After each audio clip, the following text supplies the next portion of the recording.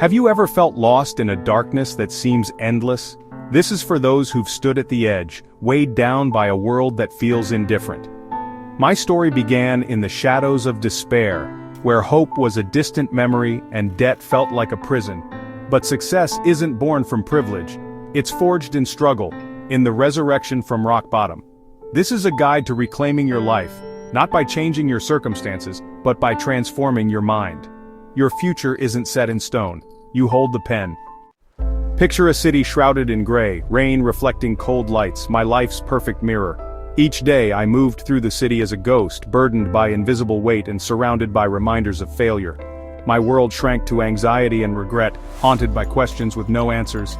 Despair was my constant companion, draining meaning from every moment. I was trapped, disconnected, a shadow in my own life. I was a pharmacist, trusted to heal others, yet powerless to heal myself. My life was shattered by $1 billion debt and family turmoil, leaving me exposed and broken. The pain was more than financial. It was shame, fear, and guilt that paralyzed me. Only my children's faces gave me strength to endure, anchoring me in the storm. For them, I had to find a way back, no matter how impossible it seemed. My decision to fight back was quiet, a fragile ember fueled by love for my children. I became obsessed with finding answers, devouring books and searching for hope. The breakthrough change begins within, not outside. I started practicing gratitude and meditation, focusing on possibility instead of debt. Slowly, light returned, and I began to believe in a different future. 1,000,000,001 wasn't just a number, it was a monster haunting every moment. The debt consumed my thoughts, dictating every choice and poisoning my self-worth. Creditors' calls and red-stamped letters became daily reminders of my powerlessness. This wasn't just financial ruin, it was the collapse of dignity and hope. I carried the weight alone, fearing I'd be crushed by it at any moment. Each morning, my pharmacist's coat became a mask, hiding the turmoil beneath. I dispensed advice while my own life unraveled, terrified someone would see through me. Shame and fear made me shrink from the world, every interaction a performance. By day's end, the mask fell, leaving me empty and exhausted. I was trapped between a public lie and a private agony. There was a time when I looked in the mirror and recognized the person staring back at me. I saw a man with purpose, with a future, with a quiet confidence in his eyes. But despair has a way of changing your reflection. Slowly, day by day, that man disappeared, replaced by a stranger. The face that looked back at me was gone, with dark circles etched under eyes that were perpetually tired and vacant. The lines on my forehead seemed deeper, carved not by age but by worry. There was a hollowness in my cheeks, and a permanent downward turn to my lips. I was looking at the ghost of who I used to be. The changes were more than just physical. The person I once was, optimistic, patient, and kind, had been eroded by the constant acid of stress. I became irritable and short-tempered, snapping over the smallest things. Laughter became a foreign sound, a distant memory from another lifetime. Joy was an emotion I could no longer access, as if the neural pathways to it had been severed completely. My personality had been rewritten by trauma, my core identity overwritten by the singular, all-consuming narrative of failure. I felt a profound sense of disconnection from myself, as if my own soul had become a distant country I could no longer visit. This loss of self was terrifying. I felt like I was fading, disappearing piece by piece. My interests and hobbies, the things that once brought me pleasure and defined my free time, were all abandoned. There was no room for anything but the debt and the despair it created. My world had contracted to a single point of pain. I was no longer a husband, a father, a pharmacist, or a friend in any meaningful way. I was simply a debtor, a failure. This label had become my entire identity, eclipsing every other part of me until nothing else remained. This internal collapse was perhaps the most painful part of the entire ordeal. The loss of money was devastating, but the loss of myself felt fatal. I was adrift in a sea of nothingness, with no anchor to my past self, and no vision for a future one. I would often find myself staring into space for long periods, my mind a complete blank, a void where thoughts and feelings used to be. It was the ultimate loneliness. Not just being alone in a room, but being alone within your own skin, a stranger to your own mind and heart. The home is supposed to be a sanctuary, a safe harbor from the storms of the outside world. But, my turmoil was so great that it breached the walls of my home, turning our sanctuary into another battleground. The air in our house grew heavy, thick with unspoken fears and anxieties. My wife could feel the immense pressure I was under. Even though I tried to shield her from the full extent of the disaster, my inner chaos manifested as a tense silence that settled over our family life, a silence that was far louder and more painful than any argument could ever be. The easy laughter and lighthearted conversations that once filled our rooms were replaced by a constant, nervous quiet. My relationship with my children suffered tremendously. They were young and couldn't understand the complexities of financial ruin, but they were acutely aware of the change in their father. They saw a dad who was physically present but emotionally absent, lost in a fog of worry they could not penetrate. I would sit with them, but my mind was a million miles away, calculating figures and replaying failures. I missed their stories, their jokes, their small, everyday triumphs. The guilt of this emotional abandonment was a separate, sharp pain, a dagger that twisted in my heart every time I saw the confusion and sadness in their innocent eyes. Love, even the strongest love, can be strained to its breaking point under such immense pressure. My wife tried to be supportive, to be a pillar of strength, but my despair was a fortress that she could not breach. I became withdrawn and unreachable, unable to share my burden or accept comfort. Our partnership, once built on shared dreams and mutual support, began to fracture under the weight of my isolation. We were like two ships passing in the night, living in the same house but occupying different lonely worlds. The connection that had been the bedrock of my life was eroding, and I felt powerless to stop it. The pain of seeing my family suffer because of my failure was the most unbearable part of it all. The debt was mine, the mistakes were mine, yet they were paying a terrible price. I saw the light dimming in their eyes, the worry creasing their brows. I was the source of their unhappiness, the storm that was wrecking their peace. This realization was a torment worse than any creditor's call or threatening letter. It was a profound, soul-crushing guilt that made me feel like the worst kind of failure, not just as a businessman, but as a husband and a father. As the despair deepened, my world began to shrink. It started subtly. I began declining invitations from friends, making excuses to avoid social gatherings. The effort of putting on a happy face was too much to bear, and the fear of my secret being exposed was paralyzing soon. My life was confined to a very small, predictable triangle homework, and the solitary walks I took late at night. The vibrant, expansive world I once inhabited, full of people and possibilities, had contracted until it was no bigger than the boundaries of my own anxiety. Each day, the walls seemed to close in a little more. Eventually, even the short journey to the pharmacy became an ordeal. The safest place felt like my own home, but it was not a sanctuary. It was a self-imposed prison. I would spend hours, sometimes entire weekends, inside, doing nothing but staring at the walls. The outside world, with its sunlight and sounds of life, felt like a foreign planet that I was no longer a part of. The four walls of my apartment became the backdrop to my endless loop of rumination and regret. I was a captive, and my jailer was my own mind, my own fear. This isolation fed my depression, creating a vicious, self-perpetuating cycle. The more I withdrew from the world, the more convinced I became that I was completely alone in my suffering. The lack of new input, new conversations, or new experiences meant that my mind had nothing to focus on but its own misery. My thoughts became stale and repetitive, circling the same drain of failure and hopelessness over and over again. The loneliness was a physical ache, a profound emptiness that no amount of solitude could ever fill. It was the crushing weight of being utterly disconnected from the human race. My world had become a monochromatic, soundproofed box. The vibrant colors of life had faded to gray, and the complex symphony of human experience had been reduced to a single low-frequency hum of dread. I lost touch with friends, with relatives, with the simple joys of being part of a community. My existence was reduced to its most basic, miserable elements: waking, worrying, working, and returning to my cage. This was the true depth of the abyss, not just the financial loss, but the complete and total isolation from everything that makes life worth living. My mind became a courtroom where I was the prosecutor, the judge, and the defendant, and the verdict was always guilty. Every waking moment was filled with an internal monologue of self-recrimination. I would endlessly replay every mistake, every poor decision, every wrong turn that had led me to this catastrophic point. The what-ifs and if-onlys were a relentless chorus that offered no peace, only a constant, painful reminder of my own inadequacy. These thoughts were not just passing clouds, they were a permanent, toxic weather system that had settled over my consciousness. The echoes of past failures became the soundtrack to my life. I would remember a time I took a risky business loan, a moment I ignored a piece of sound advice or a warning sign I failed to heed. Each memory was a fresh piece of evidence presented by the prosecutor in my head, proving beyond a doubt that I was incompetent, foolish, and deserving of my fate. This internal narrative was so powerful and persistent that I began to believe it unconditionally. It wasn't just that I had failed, it was that I, a failure.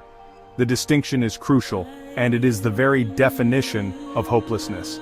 This mental war was exhausting, draining me of any capacity to think clearly or constructively about a solution. How can you plan a way out when your own mind is your greatest enemy, constantly telling you that escape is impossible? Any glimmer of a positive idea or a potential strategy was immediately shot down by a volley of self-doubt and negativity. It was a perfect self-sabotaging system. The part of me that needed to find a solution was the very same part that was under constant attack from within. It was a state of complete mental paralysis. The anxiety was a constant companion, a tightening in my chest and a knot in my stomach that never went away. I lived in a perpetual state of fight or flight, my body flooded with stress hormones. This chronic stress clouded my judgment, affected my memory, and made it impossible to concentrate on anything. My mind was at war with itself, a brutal, unending civil conflict that left me shattered and depleted. I was a prisoner of my own thoughts, trapped in a cycle of self-blame, from which there seemed to be no exit. There is a point in every story of profound despair where the weight becomes simply too much to bear. It's a moment when all the pressure, all the pain, and all the hopelessness just sort of converge into a single, crushing point of singularity. For me, this moment came on a cold, rainy night, much like any other. I was sitting in my silent living room, the darkness outside a perfect reflection of the darkness within. A final demand letter lay on the table, its stark official language feeling like a final nail in my coffin.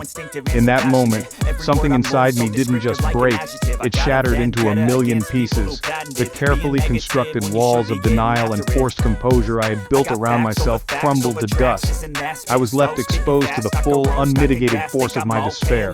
A wave of absolute hopelessness washed over me, so powerful and so complete that it felt like a physical drowning.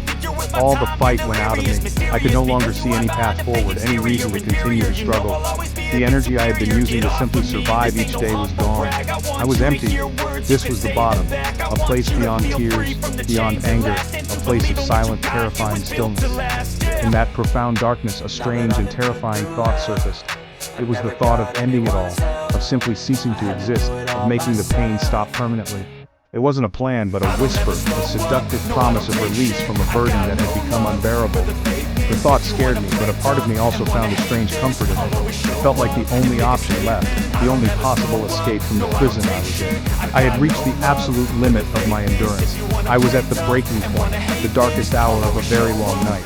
Yet, as they say, the darkest hour is just before the dawn. As I sat there, hollowed out and broken, another image pierced through the fog, the faces of my children. I saw their smiles, heard their laughter, felt the memory of their small hands in mine. This vision was not a thought, but a visceral, emotional jolt. It was a reminder that my life was not entirely my own to throw away. It was in that moment of ultimate despair, at the very edge of the abyss, that the faintest, most improbable flicker of a new beginning was ignited. It was the decision to live, not for myself, but for them. In that moment, the image of my children's faces appeared. I saw their innocent eyes, full of unquestioning love. I heard the echo of their laughter. The thought of leaving them with a legacy of sorrow was a pain far greater than any debt. It was a vow made to them. I would live. I would fight. This decision became my new North Star. I was fighting for them, a positive, love-fueled purpose. The promise I made to my children became a sacred covenant. It was a silent mantra I repeated, for them. This phrase gave the battle meaning. With this new purpose, I began a frantic search for answers. I knew the old ways wouldn't work. I needed a new map. My quest led me to books. I turned my apartment into a sanctuary of study, a library of whispers from sages and scientists. I replaced symbols of failure with books that promised a different kind of knowledge. I devoured every text I could get my hands on. I read ancient Stoic philosophy and quantum physics. I explored the writings of spiritual teachers and studied psychology. I was searching for the formula that could transmute despair into hope. Each book offered a piece of the puzzle.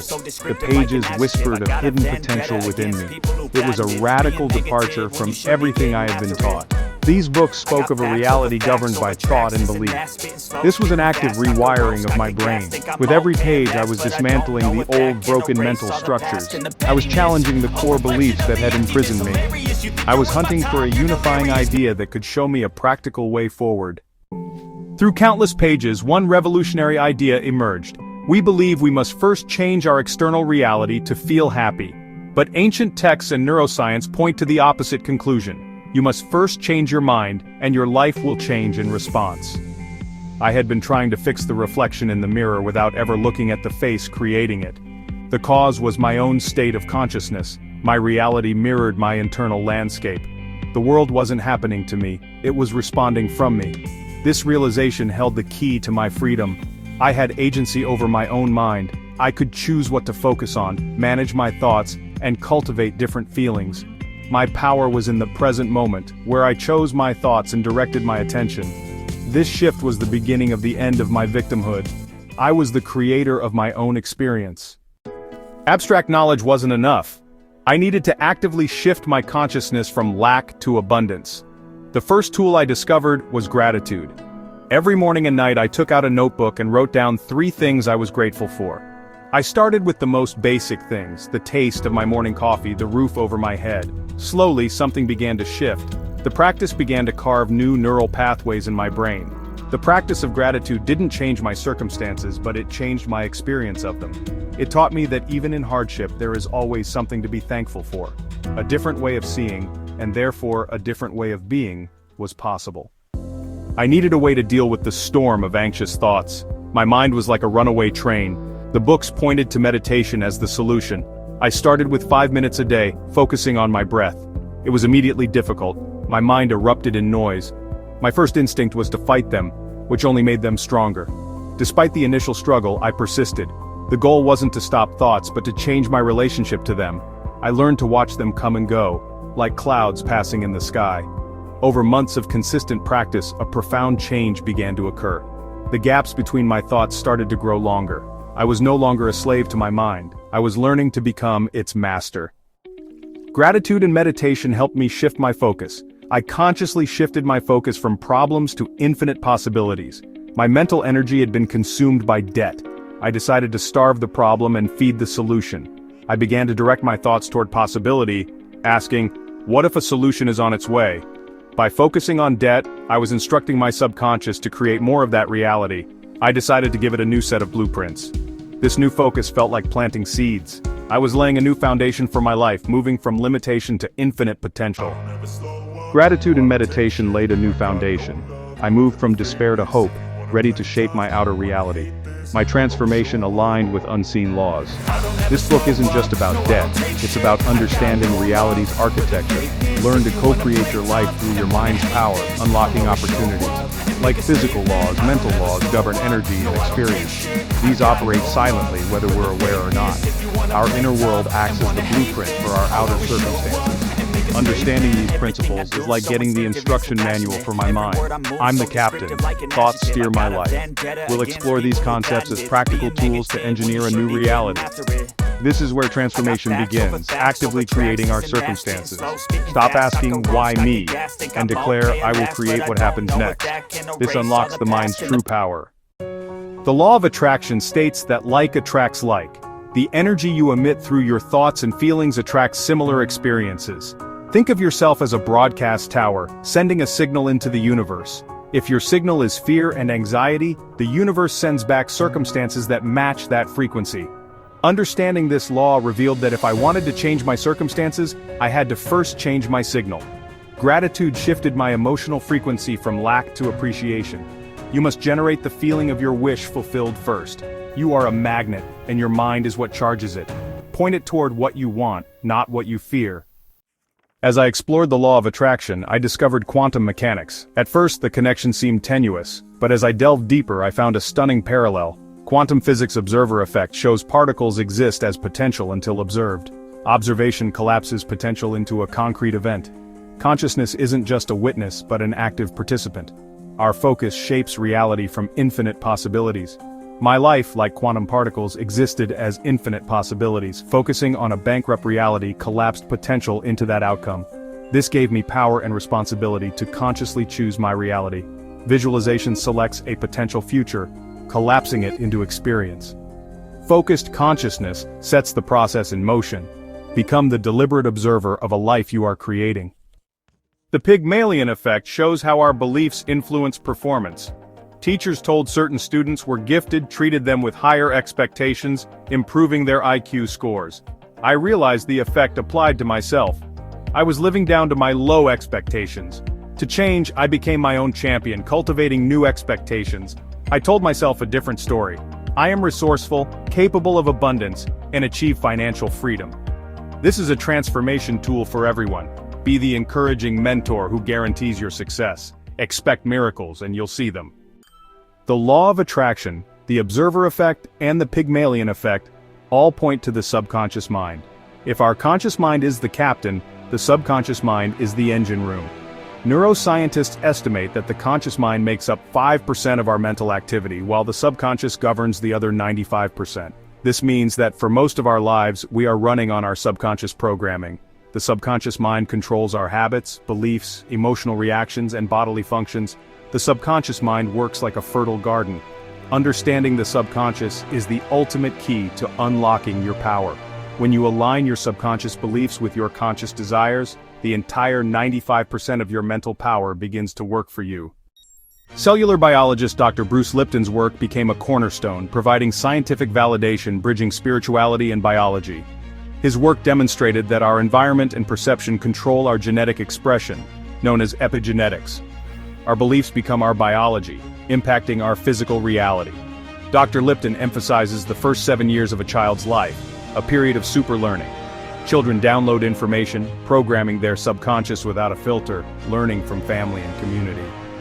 These beliefs become foundational programs, often without conscious awareness. We can reprogram these beliefs, becoming conscious architects of our fate. Do we have free will? According to Dr. Lipton's research, we are operating from our subconscious programming 95% of the time.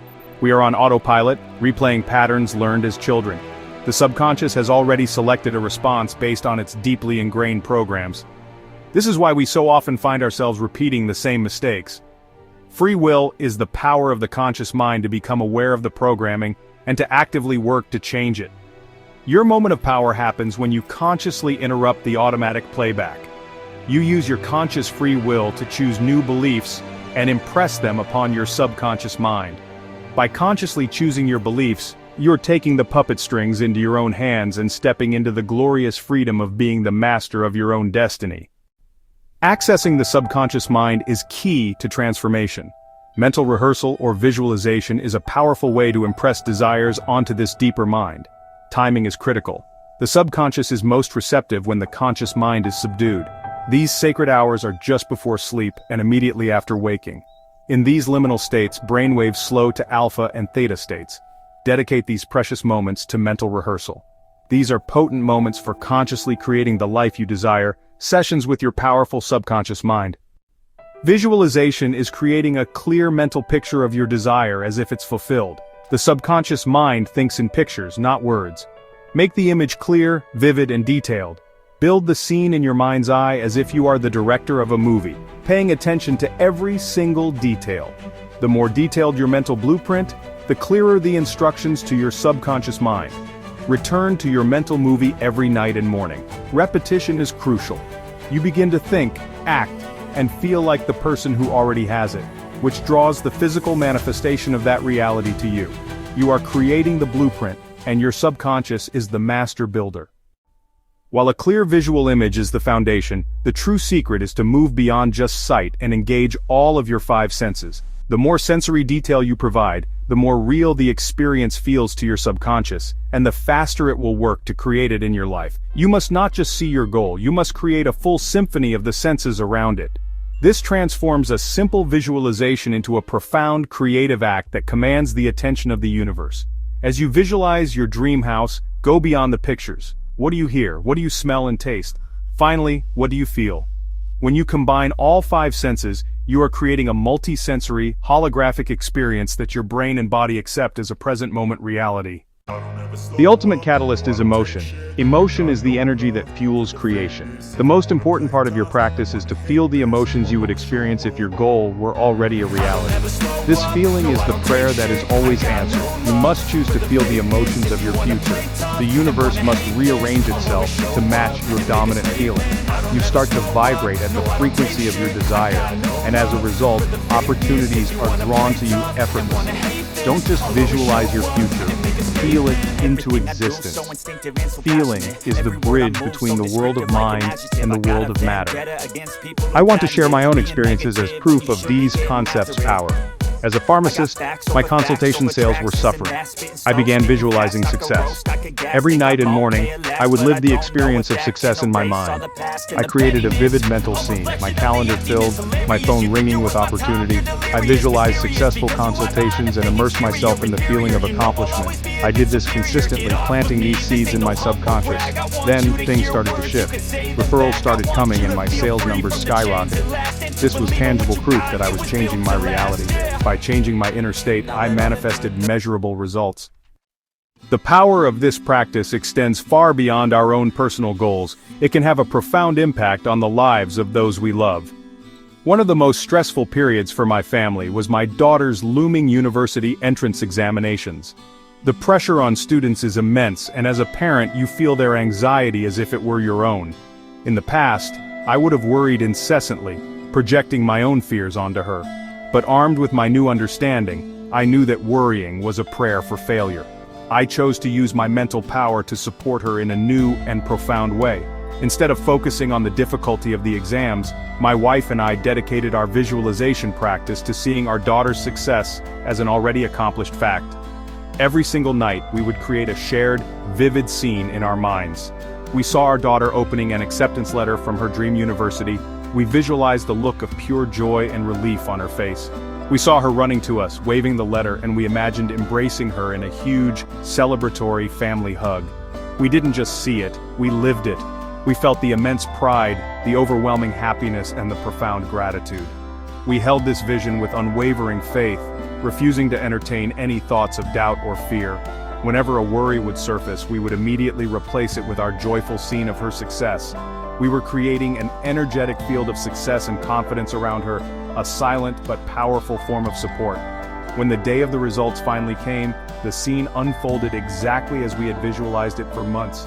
The joy on her face, the celebration, the embrace, it was a perfect reflection of our inner world. She had been accepted into her top choice university. This was more than just a successful exam result, it was proof that we can use our consciousness as a legacy of love for our children. The mind's transformative power extends to physical healing. As a pharmacist, I envisioned my patients' complete recovery, sending them an energetic blueprint of wellness. I witnessed remarkable recoveries, reinforcing that healing is holistic, intertwined with belief and hope. Dr. Joe Dispenza's story exemplifies mind-over-matter healing. After a severe spinal injury, doctors recommended surgery. He refused, choosing to heal with his mind. Through daily mental reconstruction and visualization, he commanded his body to heal. In 10.5 weeks, his spine healed completely without surgery. He walked again, proving consciousness can influence biology, and that miracles are within us all. Living in my desired future through visualization began to work its magic, not in a dramatic explosion, but as a slow, steady unfolding. The mental blueprints began to manifest as tangible events. The universe started to conspire on my behalf. Coincidences revealed themselves as part of an intricate design. They formed a consistent pattern, guiding me along the path to my visualized destination. This taught me the importance of faith and surrender. My job was simply to hold the vision of the end result and to feel the emotions of its fulfillment. I had to trust that a higher intelligence had the resources to orchestrate the how. When your inner world is a clear reflection of your desire, your outer world has no choice but to follow suit. Instead, you learn to float, to trust the flow, and to allow the current of your new consciousness to carry you toward your dreams. The miracles were something I was allowing. They were the natural consequence of my transformed state of being. The most significant miracle was the dissolution of my 1 billion won debt. This happened in a series of synchronous events that formed a perfect symphony. Increased success in my consultation sales provided a growing income. The final movement occurred when complex financial negotiations suddenly found resolution. The final pieces clicked into place with a precision I could never have engineered.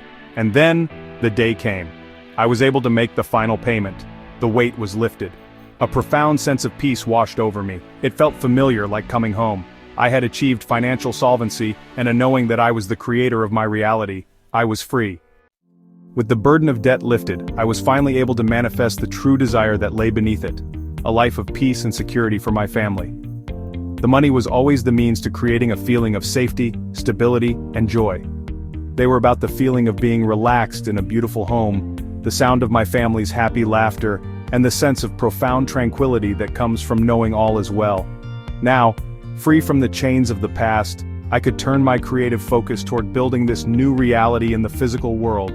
We were able to purchase a new home, one that mirrored the house I had built so carefully in my imagination. It became our sanctuary, a true home for the heart. The greatest gift, however, was not the house itself, but the restoration of peace within our family. This newfound peace of mind became my most treasured possession, more valuable than any amount of money. It was the heaven I had built to replace the hell I had once inhabited. True freedom, I discovered, is not an external condition, but an internal one. It's really not about having a certain amount of money in the bank, or living without problems. True freedom is a state of being. It's the liberation from the tyranny of your own negative thoughts and reactive emotions. It's the freedom from the subconscious programming of your past. Even after the debt was gone, I continued my daily practices of gratitude, meditation, and visualization. I knew that these were not just tools to fix a problem.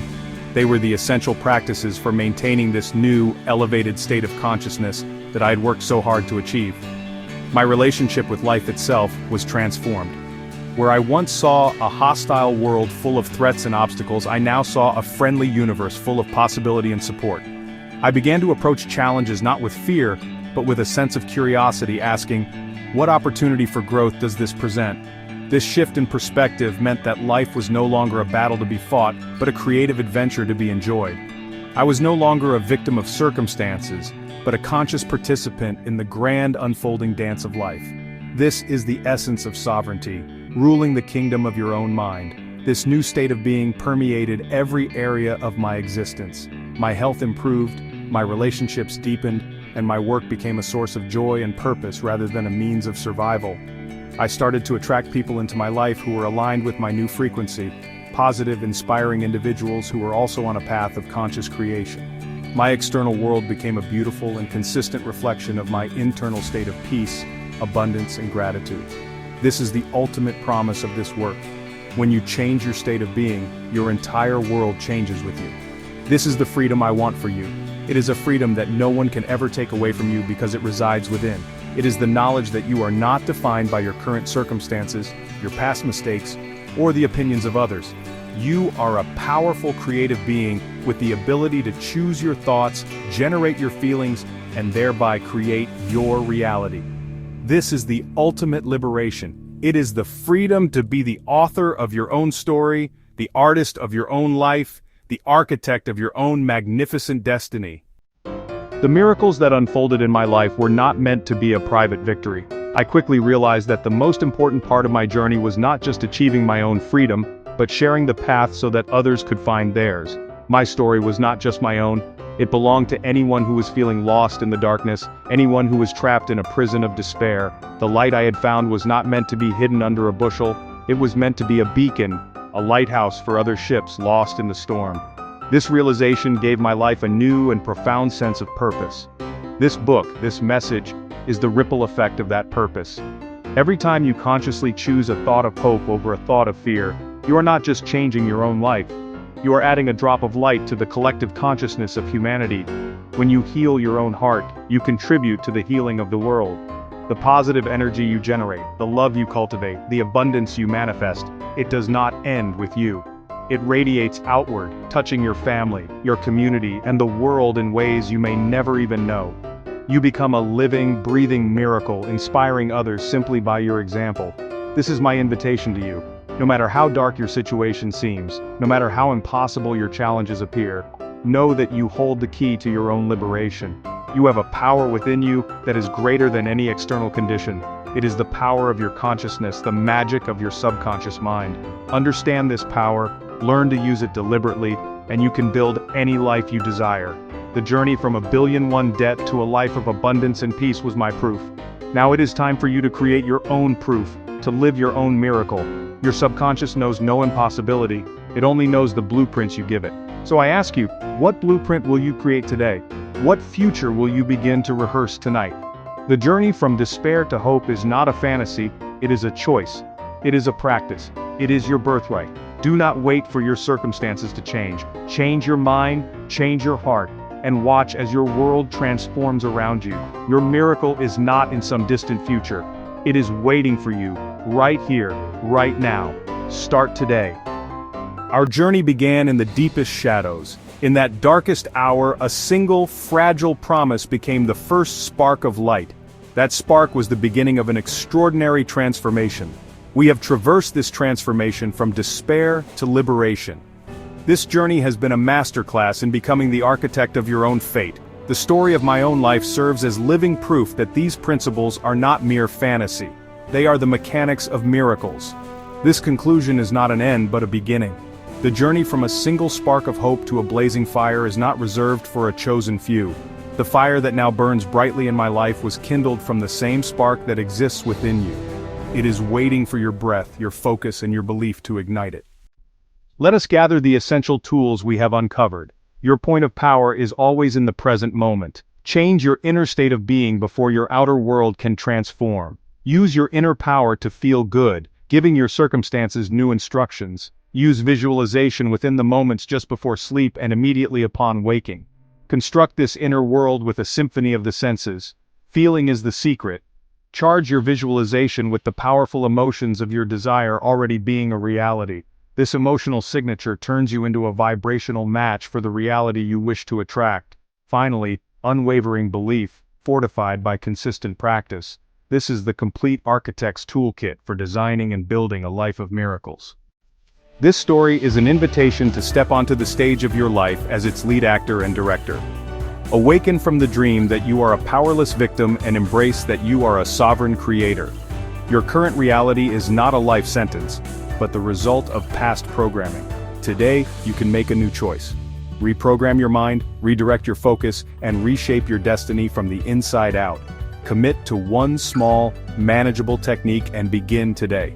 One small step taken daily can carry you across the vastest of deserts. Now it is time for you to write your own story. Accept the invitation. One of the greatest obstacles you will face on this journey is the horizon of your own doubt.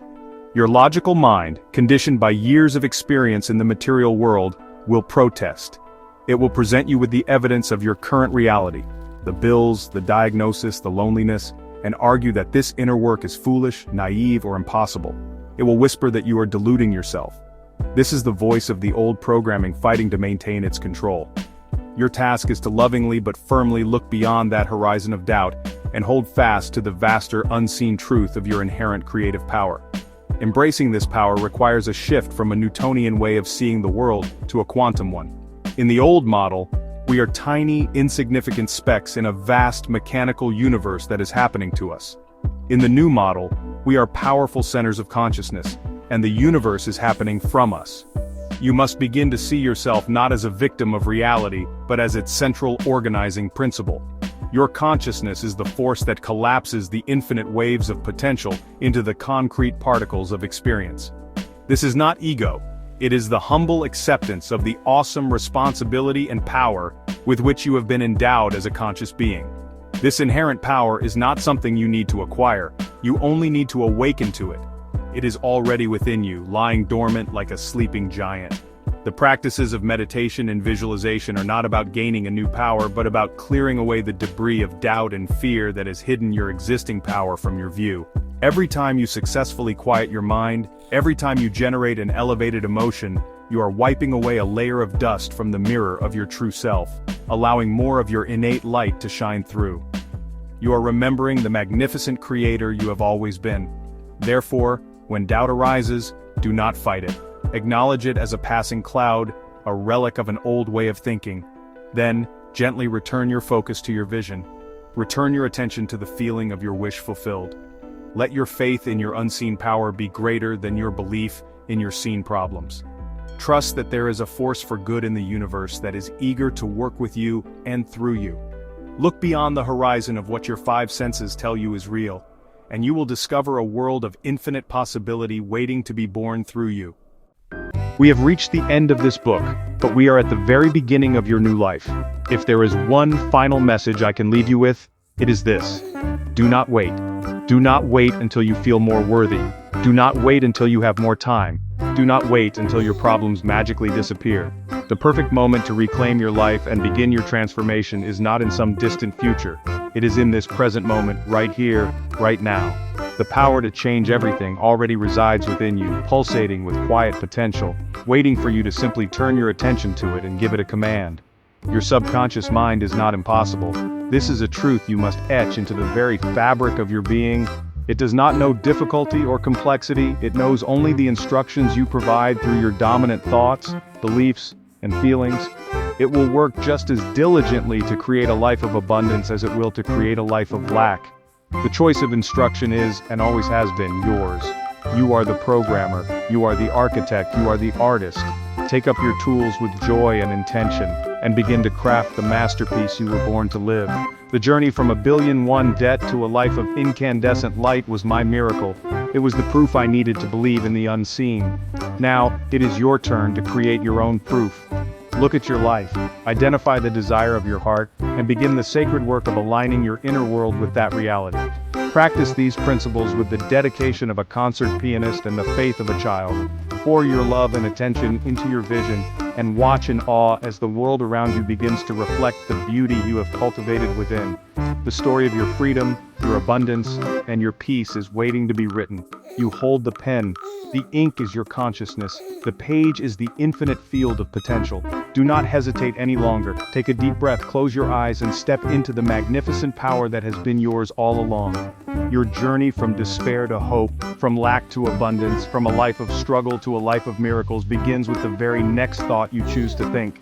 Start your miracle. Start now.